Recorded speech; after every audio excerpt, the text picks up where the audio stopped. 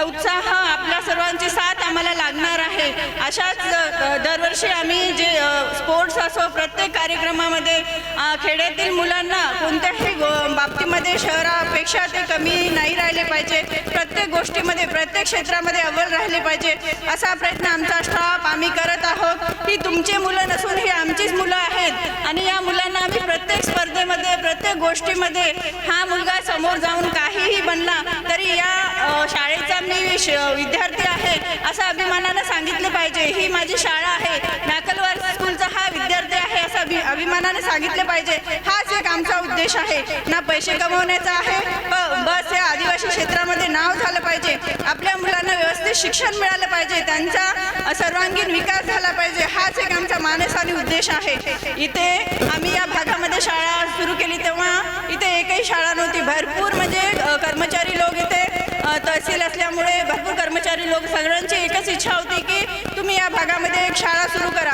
अनेक संकटांना, अनेक अडचणींना समोर जात आम्ही ही शाळा अविरत सुरू ठेवली. जर आमचा मानस पैसे कमवणे किंवा हा उद्देश असता तर आतापर्यंत ही शाळा केव्हाच बंद पडली असती, पण तो आमचा उद्देश नाही आहे आणि समोरही राहणार नाही आहे. आपण सगळ्यांनी आमच्यावर म्हणजे भरपूर विश्वास ठेवला, असाच विश्वास ठेवत राहा.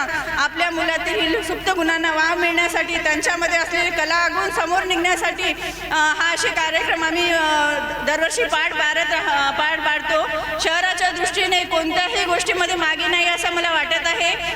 आजच्या कार्यक्रमातून खूप सुंदर आणि खूप असा चांगला कार्यक्रम आज पार पडला. आमच्या स्टाफने खूप सारी मेहनत घेतली आहे. आपण याच्या 4-5 वर्ष अगोदर एक म्हणजे डान्स टीचर बोलवायचो, तो एका गाण्याला 700-800 रुपये घ्यायचा. आता आमच्या ते पण आपल्या म्हणजे स्टाफने एवढी मेहनत घेतली, तो पण खर्च आपला कमी झाला. ते स्वतः डान्स एकदम सुंदररित्या शिकवतात आणि स्पोर्ट्समध्ये सुद्धा मुलांना, प्रत्येक मुलामध्ये काही ना काही म्हणजे वेगळे गुण असतात आणि त्या गुणांना वाव देण्यासाठी नेक्स्ट म्हणजे एनर्जी मुलांमध्ये असते. त्या एनर्जीला एखाद्या ठिकाणी म्हणजे कोणत्या ठिकाणी लावायला पाहिजे आणि ह्या स्पर्धेमधून आपल्याला समजते की प्रत्येक मुलामध्ये कोणी चित्रकलेमध्ये चांगला असतो, कोणी डान्समध्ये, कोणी ॲक्टिंगमध्ये. मग आपल्याला अशा स्पर्धांमधून समजते की आपल्या मुलामध्ये कोणते गुण आहेत. आता जर आपण डान्स करताना मुलांना पाहिलं, एखाद्या मुलाच्या चेहऱ्यावरचे एक्सप्रेशन असो, काही मुलं एकदम धीटपणे, एकदम कोणाला न जुमानता, कोणीकडे लक्ष न देता एकदम सुंदररित्या, काही मुलांना भीती वाटते. अशा कार्यक्रमातून मुलांना म्हणजे स्टेज डेअरिंग आली पाहिजे, त्यांना समोर काहीतरी घडता आलं पाहिजे. हे सगळं म्हणजे करण्याचा हा आमचा मानस आहे आणि खूप सारी आमच्या सगळ्या स्टाफने खूप सुंदर मेहनत घेतली या कार्यक्रमासाठी. ज्यांनी म्हणजे हातभार लावला, ज्यांनी मेहनत घेतली, त्यांच्या सर्वांचे मी धन्यवाद मानते.